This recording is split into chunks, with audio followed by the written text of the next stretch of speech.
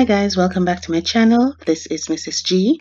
Today we are going to be completing the 2009 CSEC multiple choice past paper. Let's get ready.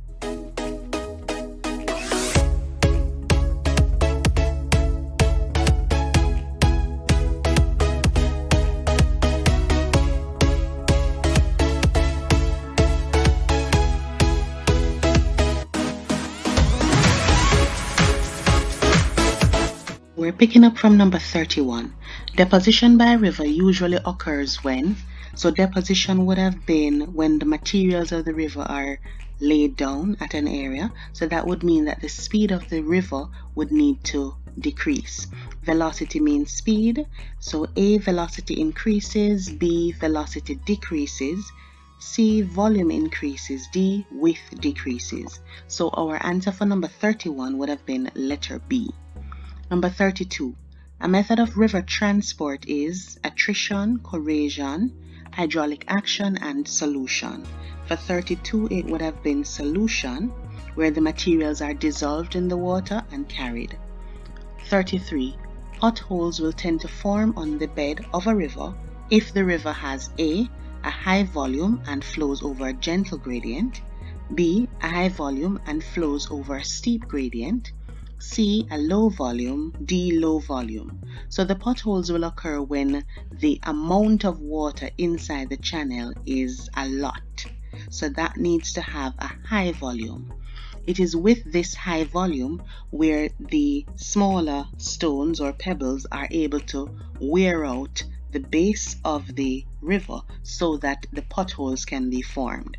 So it needs to be high volume, so it's either A or B. A flows over a gentle gradient, B flows over a steep gradient.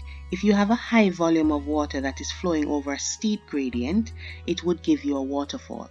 In this case, we're talking about potholes, so our answer for number 33 would have been letter A. Number 34. Which three of the following weather systems affect the Caribbean during the summertime in the northern hemisphere? So we have hurricanes, easterly or tropical waves, cold fronts, anticyclones, and ITCZ, intertropical convergence zone. So for number 34, our answer would have been letter C. That is 1, 2, and 4. So we would have hurricanes, we have tropical waves, and we also encounter the ITCZ at some areas in the Caribbean. Number 35.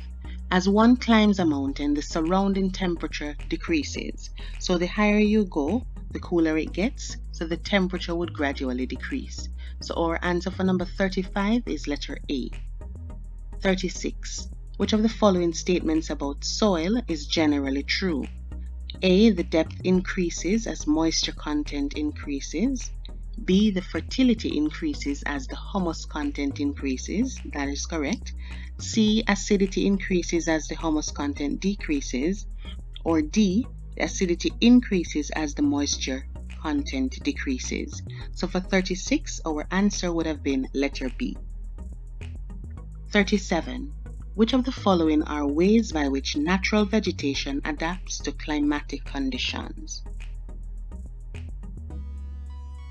They develop water storage organs. Yes, there are some plants that do that. Shedding of leaves during the dry season. We see that in the Caribbean as well. Development of long roots. Yes. Development of special types of leaves. So it would be all of the above. So for 37, our answer would have been letter D. 38. Which of the following types of settlement will most likely develop along a main road? So the main road would have a linear pattern, it would be a line. So our answer for number 38 would have been linear, that is letter C. 39. Which of the following factors result in urban population growth in the Caribbean? So urban would mean in the cities, population growth, it means you're getting a higher population. 1, urban to rural migration, that would not be correct. If you're leaving the urban area, that would mean that the population is not growing, it is actually decreasing. 2, rural to urban migration. That one would be in, so it is any of the responses here that has 2 in it. 3, high death rate and low birth rate. High death rate would mean that the population is decreasing, and low birth rate would mean that you do not have enough babies being born. 4, low death rate and high birth rate. So this one would also give you an increase. So the answer for number 39 would have been 2 and 4. So that is letter D. Item 40 refers to the following diagram. Based on the diagram above, at which of the following locations is an urban center most likely to be found? So remember, urban center would have been a city area. These are usually on flatland generally, and in the Caribbean they are usually close to the coastal areas. So 1 is here, right beside a bauxite reserve, in between a railroad, not much space for development of a city area to take place. 2, here we have generally wide area here. It is close to communication channels. There's a road, there is railway, plus it is still close to the sea. So 2 looks like a very good option. 3, cultivated land. 4, here inside the bauxite reserve. So our answer for number 40 would have been 2, which is letter B. Number 41. Rapid urbanization in the Caribbean countries usually result in, so rapid urbanization means that you have high growth taking place, lots of persons entering the cities and living there. A, increased employment in the cities. B, decreased foreign exchange earnings. C, improvement in the standard of living. Or D, housing shortages in the cities. So from what we know about cities, when you have a lot of persons entering the general urban area, it would mean that they do not necessarily have housing opportunities at the same time. That is why we have so many squatter settlements. So for 41, our answer would have been letter D. Let us go to number 42. For 42, we have seen this question on another paper before as well. Which of the areas 1, 2, 3, or 4 would be a typical location for plantation agriculture in the Caribbean? So plantation agriculture needs a lot of space. It also needs flat land in order to be able to utilize machinery, etc. So we're seeing 1 where there's gently rolling flat land. We're also seeing a town right there. 2, close to the port, close to the river. It's a woodland area. 3, in the mountains, or 4, at the source of the river. So for number 42, the answer, even though we're seeing gently rolling flat land here, gently rolling land here, it is right beside the settlement area.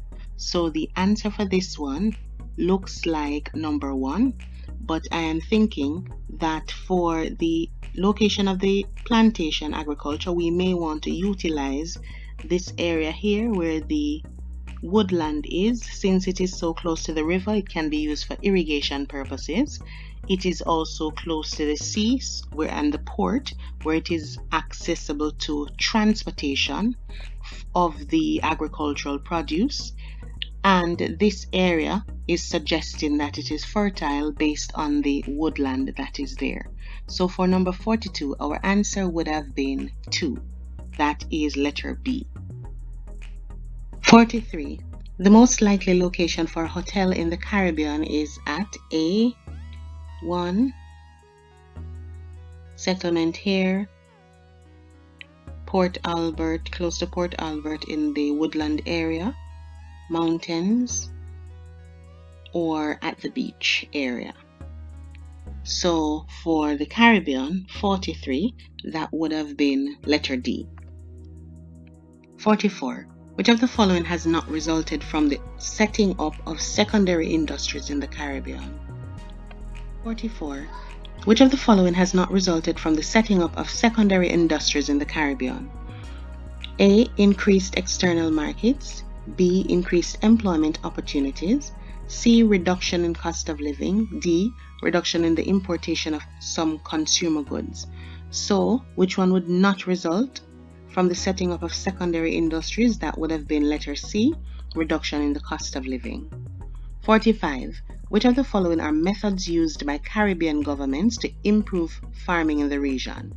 A. Providing more land to small farmers for food production. That is a yes. B. Not B. 2.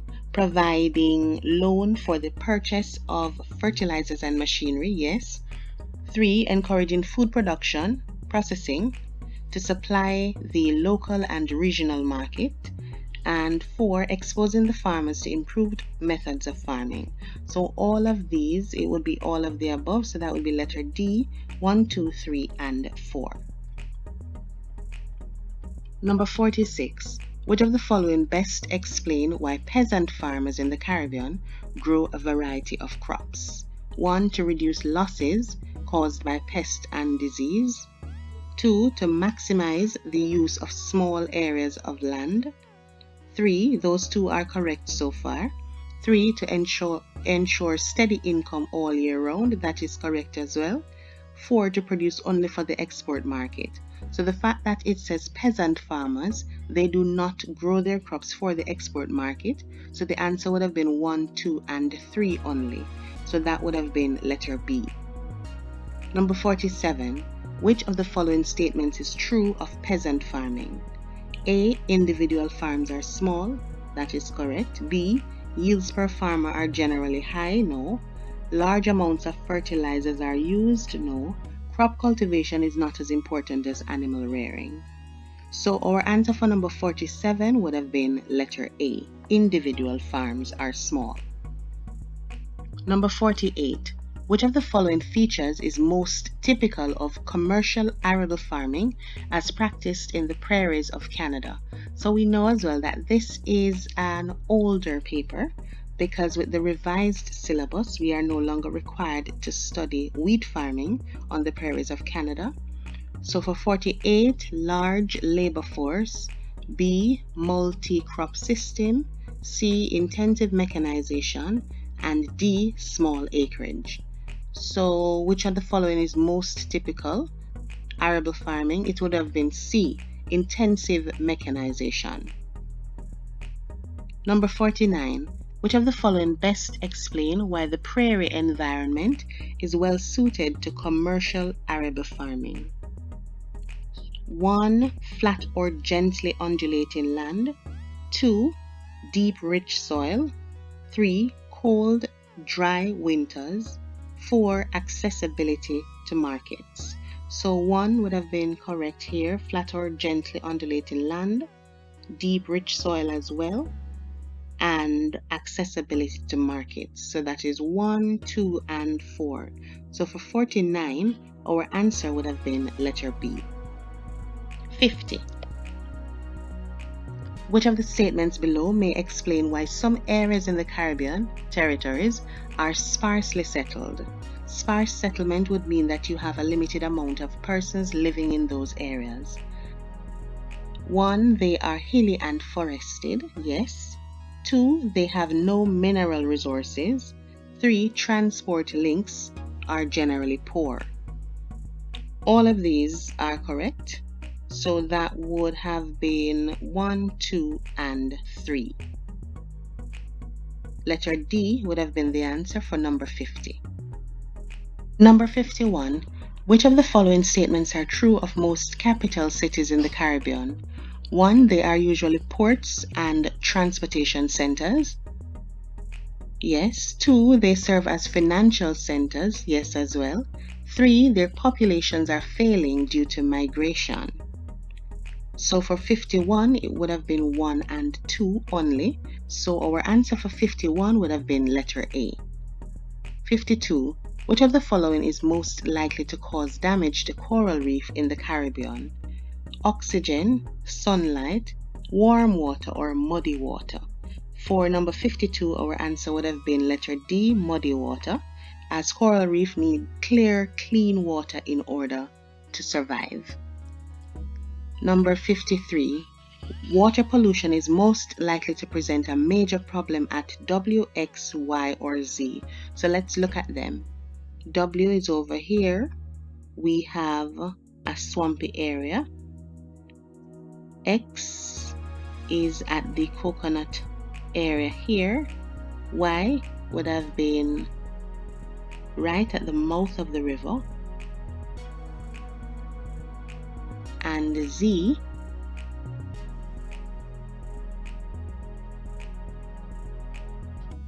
I cannot find Z. Alright, I genuinely cannot find Z. So let's look at the ones that we do have. W here at the swamp. Swamps would filter, so that area would have been clean. X here, no source of pollution either. Y, the river, would have possibly been a source of pollution because we have the town area here from looking at the key. So all of this area surrounding the river would have been a town. Most of our problems with pollution are from individuals or improper disposal of garbage, so we can potentially see the garbage being thrown in the river and it runs out into the sea here. So this is where our major source of water pollution would come from. So our answer would have been Y, which is letter C. 54. Which of the following factors is most likely to lead to water pollution along the coast at P? A, the flatness of the land. B, the growing of corn on the slopes. C, the presence of the swamp. Or D, the lack of tidal currents. Right, so let's look these through. The flatness of the land.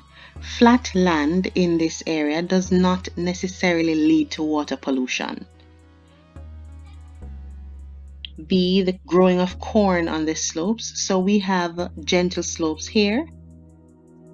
We can potentially get water pollution from the growing of corn on the slopes because you may have runoff, fertilizers may be used, etc. All of that would run into the water, which would lead to pollution.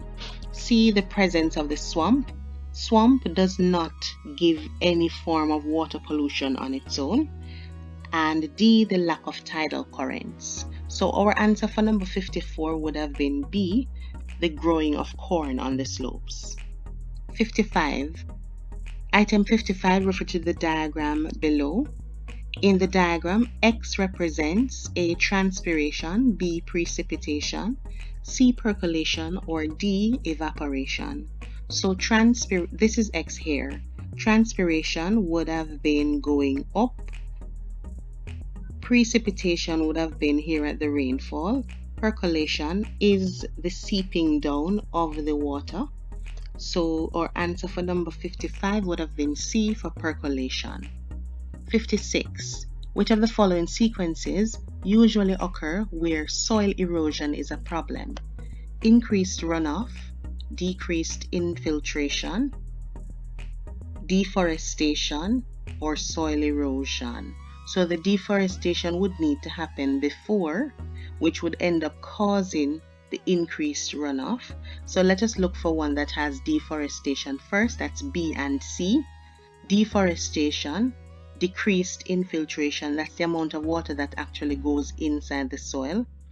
Increased runoff, which leads to the soil erosion. This one looks correct, but let's just look at the other one. Deforestation, increased infiltration. All right, that is not correct. So once you have removed the trees, there is not much reason, there is not much space, or there is not much of a channel for the water to now flow through the soil on its own. It is more likely to just run off. So we would go with letter B, that is deforestation, decreased infiltration, increased runoff, and soil erosion. So 56 would have been letter B. 57. Which of the following contributes most to the pollution of the environs of capital cities in the Caribbean? So we're seeing that most is in bold. A, discharge of fish waste in the sea. B, discharge of chemicals in the sea. C, exhaust fumes from motor cars. D. Accumulation of garbage from factories. So, the one that is most likely to pollute the environment of cities. So, for cities, we would not have a lot of fish waste being there, even if there is a fish port or even if there is a fishing area. It does not mean that we would have a whole lot of fish waste that is causing the pollution, that is contributes most to the pollution. Discharge of chemicals in the Caribbean, not a lot of the city areas have the factories that would discharge chemicals into the sea. C, what we are sure of in all Caribbean cities, there are a lot of motor cars, traffic congestion, so exhaust fumes would cause a lot of pollution. Or D, accumulation of garbage from factories. So for 57, our answer would have been letter C. 58. Which of the following poses the most serious threat to the rivers of the Caribbean? A. Activities by tourists. B. Flooding from hurricanes. C. Improper fishing practices. Or D. Illegal dumping of waste. So for 58, it is D. Illegal dumping of waste, the most serious threat to the Caribbean rivers. 59. Which of the following practices may help to eliminate problems of pollution created by household waste? A. Burial and covering with soil. Depositing in the sea is certainly out. Dumping along watercourses is certainly out as well, just as piling up in secluded spots. So the best option here is to bury and cover with soil. So 59 would have been letter A. 60. Algae, nourished by waters, enriched with nutrients, grow in abundance over the corals, causing them to die. The situation described above can come about through A. Oil pollution, B. Dredging and mining, C. Fishing and dynamite, or D. Sewage discharge. So this one would have been D. Sewage discharge, as the sewage will help the algae to grow, and the overgrowth of algae would then cause problems for the corals, which would cause them to die. So for number 60, that would have been letter D. That takes us to the end of our 2009 CSEC past paper. Thank you again for watching. I enjoy your questions and your answers. Please continue to watch. Please subscribe. Please like the channel. And again, I'll say it, subscribe. Thank you for watching. It is always a pleasure.